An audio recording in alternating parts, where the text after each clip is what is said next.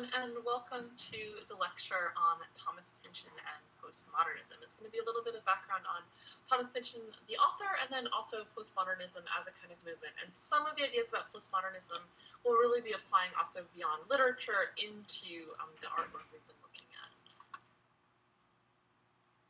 So Thomas Pynchon is a writer who's still alive. He's the person we're reading now, in addition to some of the Caribbean authors that we read at the beginning of the year who still alive and writing. He was born in 1937.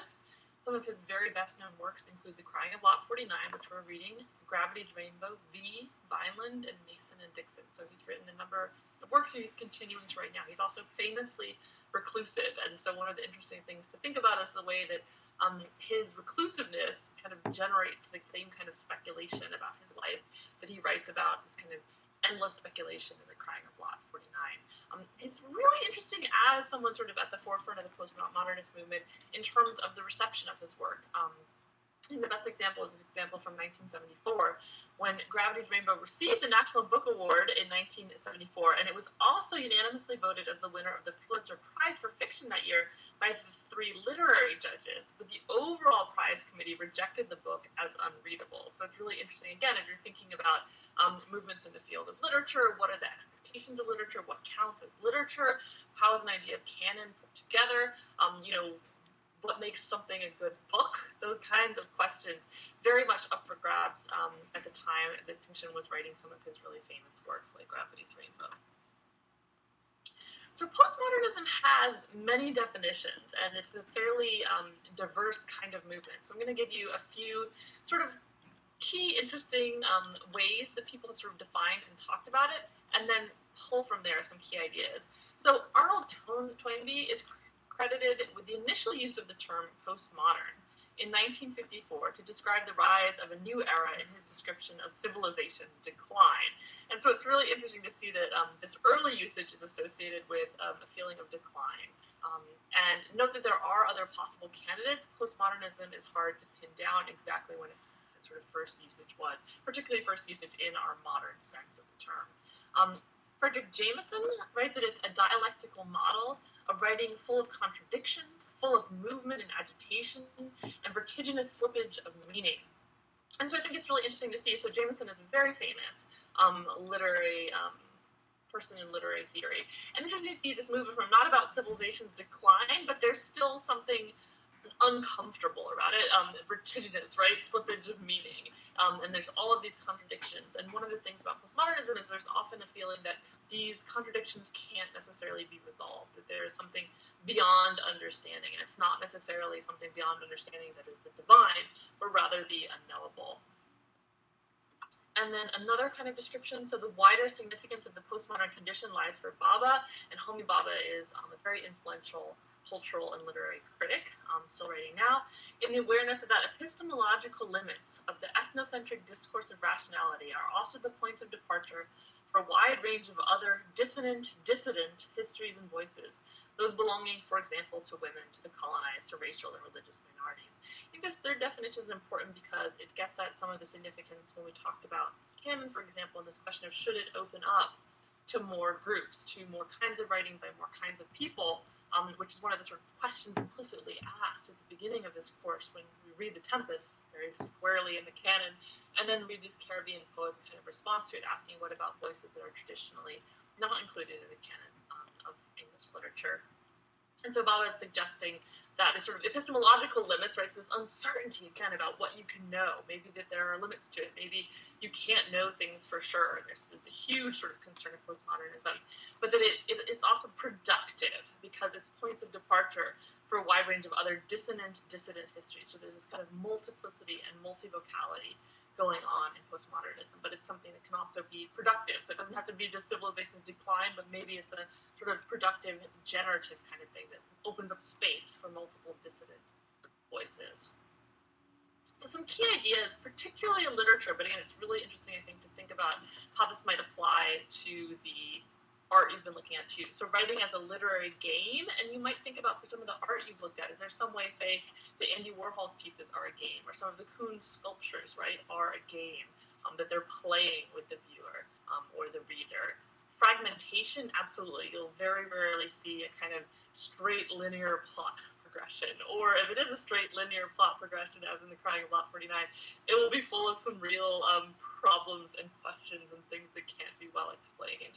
Or an epistemological uncertainty. That's a huge one. Again, it's sort of being uncertain whether you can know anything, and if you can, how you would find out, all kinds of things. And then often, but not always, things like globalization, so you might think back to that description of Baba, and that it is concerned with the sort of multivocality, more and more sort of stories coming in that can't necessarily all be reconciled together.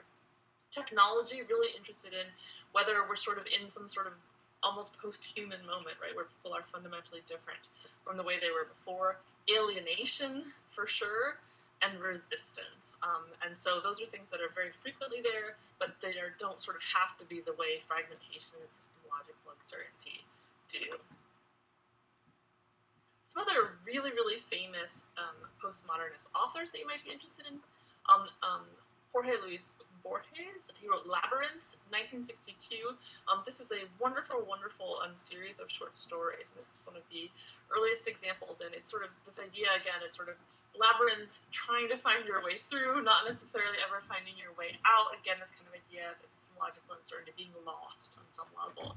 David Foster Wallace's Infinite Jest, Vladimir Nabokov's Pale Fire, and this actually is a good place to talk about something that's fairly common, not, again, in every single postmodernist work, certainly not in The Crying of Lot 49, but a number of texts that sort of play with footnotes, play with frames, pretend to be maybe super, super scholarly, even when they're not, but they're sort of playing with that idea.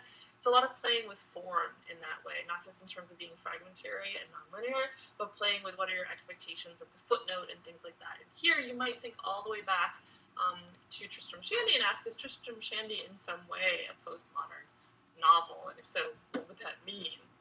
Italo Calvino, who is an Italian writer, If on a Winter's Night, A Traveler, Invisible Cities, and others.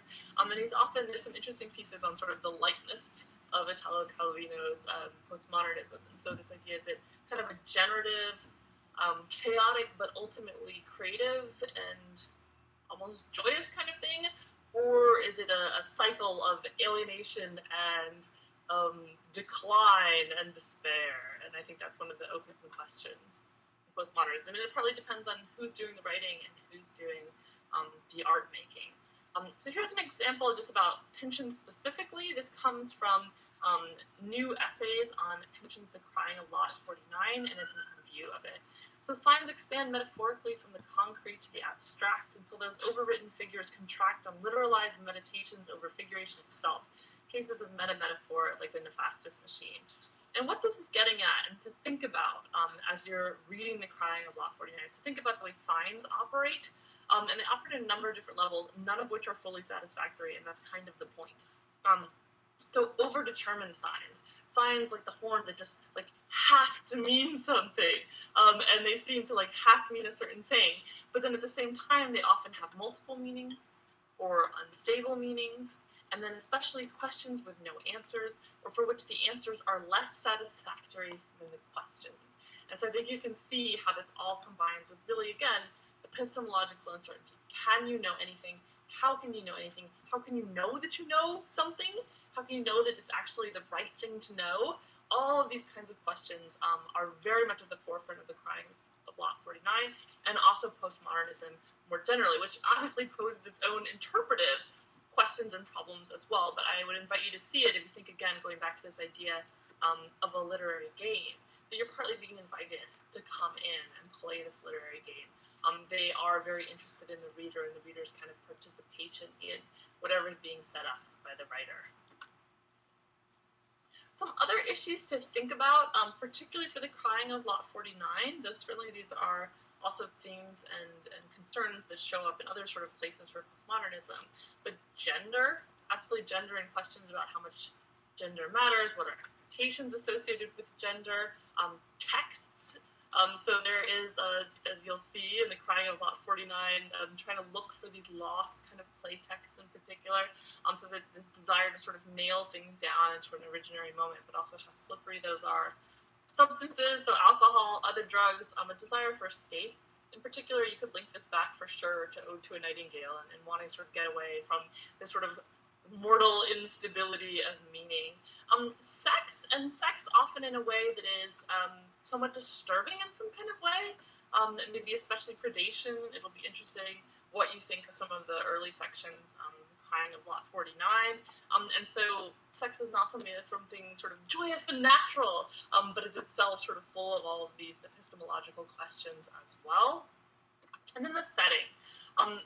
Again, not absolutely necessary in postmodern literature, but very, very common to have sort of familiar landscapes dislocated in some way. In the Crying of Lot 49, you'll see this in the names like San Narciso, right? Not San Francisco, but it sounds similar, and it seems similar in a lot of ways, but it's not quite the same. And that kind of dissonance is very, very common in postmodern literature. It's very characteristic of the Crying of Lot 49, where it's almost identifiable, and yet it's off in some way, but it's off in some way that's a commentary on the reality, and that's extremely common as well. So postmodern literature, and the last thing I'll say here is there is an idea that postmodern literature is trying to reflect something about the experience of sort of living in the world after modernism. And think of Virginia Woolf as this sort of high point of modernism. And so you might think about how this relates to things like stream of consciousness, how this relates to things like we've talked about, a kind of series of snapshots in Elizabeth Bishop's writing. How do things feel like here? What's our sense of the narrator? What's our sense of character? Is there interiority? What's going on with exteriority? How do we know things about people? And again, as you'll see, one of the really big things postmodern literature does is just brings up the question of, can you know anything? And the last thing I'll leave you with is thinking about how this might connect to some of the art that you're looking at. Are the pieces raising questions about interpretation, about your ability to interpret, about the meaning of the world, the meaning of very sort of basic things, like what the titles of things are. What is a map, for example, or a bed? What is that? If you look at some of the Kunst statues, you're like, well, what is a puppy? What happens if it's made of flowers and it's enormous, several stories high? What happens if something looks like a balloon, but it's actually made of metal, and so you are left with this kind of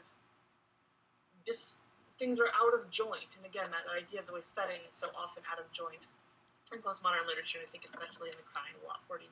So these are just some ideas to get you started in thinking about postmodernism as it relates to the Crying of Lot 49.